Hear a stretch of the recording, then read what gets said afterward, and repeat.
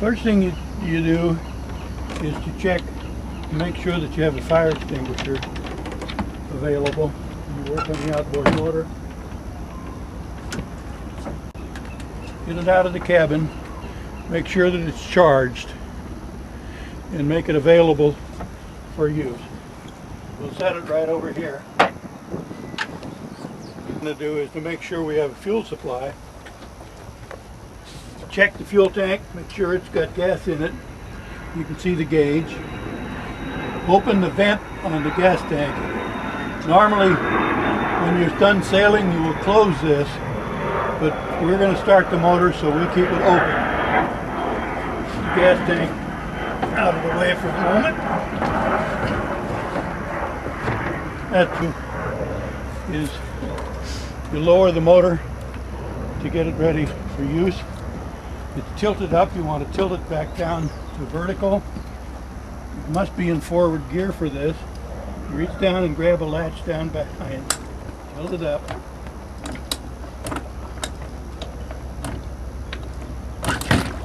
Then tilt it down to the vertical. And then you lower it into the water.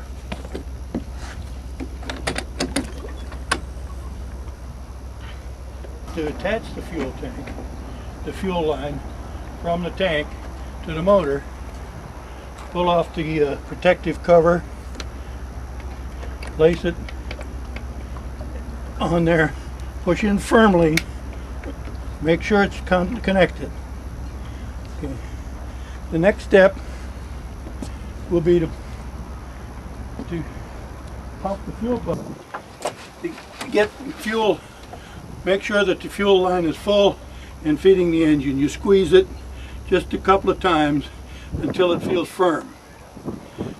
Step is to check the things that have to be in the proper order to start the motor. First is it has to be in neutral gear. So shift the lever,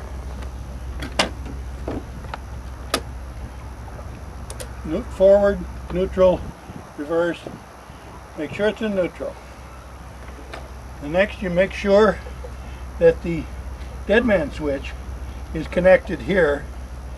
If this is not connected, the engine won't run. If you can pull it out, you'll kill the engine. Conversely, if you don't put it back in, it won't run. Time to kill the engine, one of the ways you do it is you just push on that button, and that will kill it, and you won't have to take it off.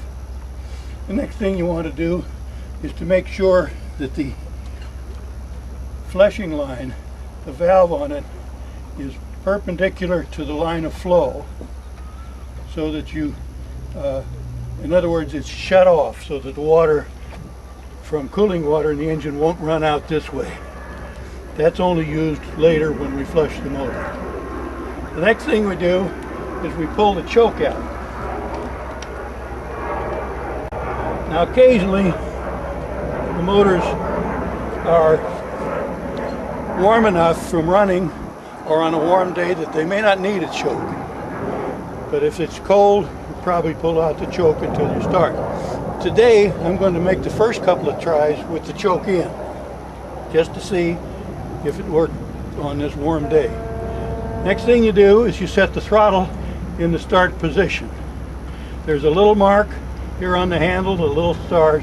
You line them up for starting. Now, this engine also has an internal tank. Now the internal tank, we're not using it today, so we want to make sure it's shut off. The vent should be closed, and this little lever on the side, which is a tank selector, should be horizontal. If we were to use the internal tank, then we would not connect the external.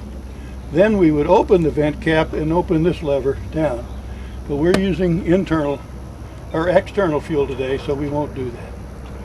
Okay, now we should be ready to start. What I recommend is that you pull it through easily to make sure, slowly to make sure that it's in forward gear before you pull it hard. Okay, now I'm going to pull it to start.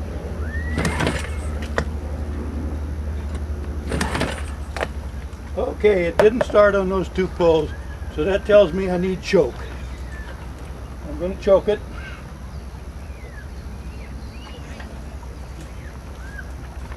And here we go again. Yes, that's what it means, choke. As soon as it starts, look for the water in the back. And then move the choke part way in. See the water flow out the back? And you idle down just a little bit. You let the engine warm up.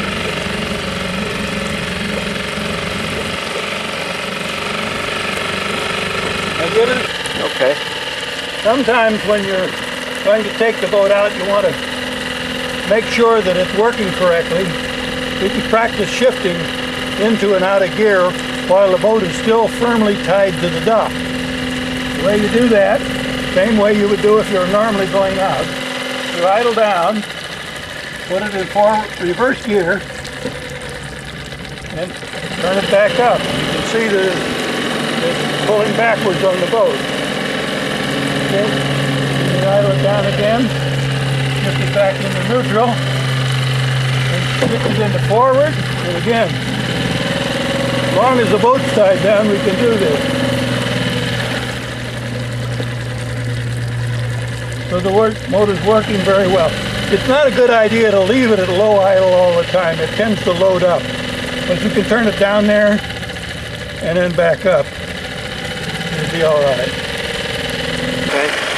Now in order to stop the motor, the easiest way to do it is idle it down and just push on the kill button right on the front of the motor. And that will stop the motor. Now sometimes if you want to run the fuel out, you disconnect the line and let it run out. And then it's the same effect, but you have less fuel left in the carburetor. If you're going to leave it for a long time, pulling the line off and letting it run out is a better way. But for normal daily usage, just push this button. Do not pull the choke out to kill the motor. That makes it very difficult for the next person to start it. Okay, now that we've stopped, we want to raise the motor back up. We'll disconnect the fuel line. And then, in order to tilt the motor, it must be in forward gear. First, we'll raise it out of the water, and then we'll shift it into forward gear, and put our little cover on the fuel connector to keep it clean so it doesn't get dirty. And you just tilt the motor up, and that's it.